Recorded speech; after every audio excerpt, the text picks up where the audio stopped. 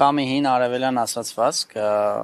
ասում է, եթե թշնամիդ հայտարարում է, որ ցանկանում է քեզ սպանել, ուրեմն լավ կլինի, որ հավատաս։ Ամենայն հավանականությամբ ճիշտ է ասում։ Հիմա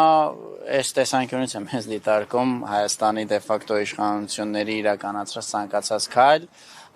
դուք առանձնացրիք քարոզչական, ռեալ քաղաքականություն, ես դա մեկ եմ տեսնում։ Անպայմանորեն չի բխում, որ մենք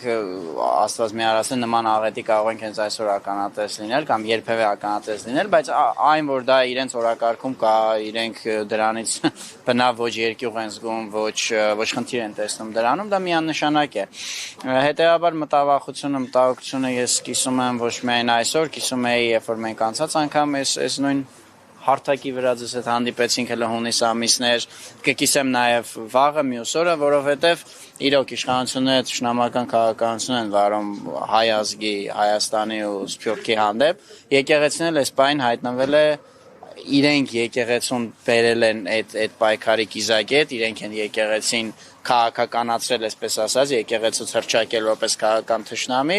իսկ իրենք հայտնի են նրանով, որ ում հռչակում են թշնամի, երկրի ներսում բնականաբար, երկրից դուրս իրենք թշնամի չունեն, սկսում են ճակերտավոր իրենց լեզվով ասած զբաղվել դրանով։ Այնպես որ մտավախությունը կա, բայց կա ոչ միայն այսօր, կար նաև երեկ եւ շարունակելու է մնալ նաև վաղը, քանի դեռ մենք միասնական ճակատ կազմած, միասնական քաղաքական ճակատ կազմած չենք կարողացել այս իշխանություններին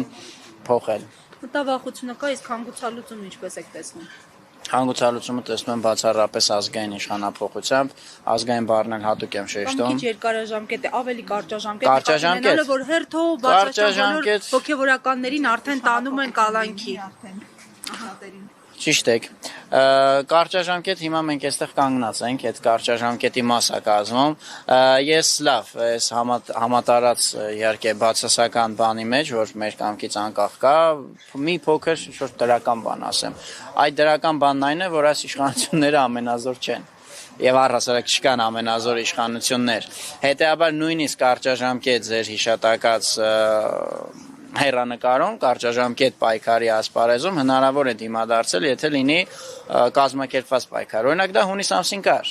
Մենք արտահոսք չենք ունեցել, ձեր ասած թռուցիկներ չենք ունեցել, բայց ինչ գիտենք, որ հունիս ամսին էլ նրանց պլաններում չի եղել, օրինակ ձեր հիշատակած քայլ, վեհապար Հայրապետին Մեղրաստծո ձերբակալելը։ Միգուցե եղել է։ Մենք տեսանք կազմակերպված այստեղ դիմադրություն կա, շատ բարձր գին պիտի դրա համար վճարեն, որոշեցին չվճարել կամ գոնե այդ ժամանակ չվճարել։ Այնպես որ ես հասկանում եմ, որ մեր ազգային հասարակական կյանքը այսպես նեգատիվի, բացասականի բան է, խճանկար է, բայց պիտի նաև հասկանանք, որ ոչ, դիմացինը ամենազոր չի, անհաղթ չի, ուղղակի մենք պիտի կարողանանք ճիշտ դիմադարձել եւ կարճաժամկետ, եւ միջնաժամկետ, եւ երկարաժամկետ հեռանկարներում։ Շատ շնորհակալ եմ։ Ձեզ շնորհակալություն։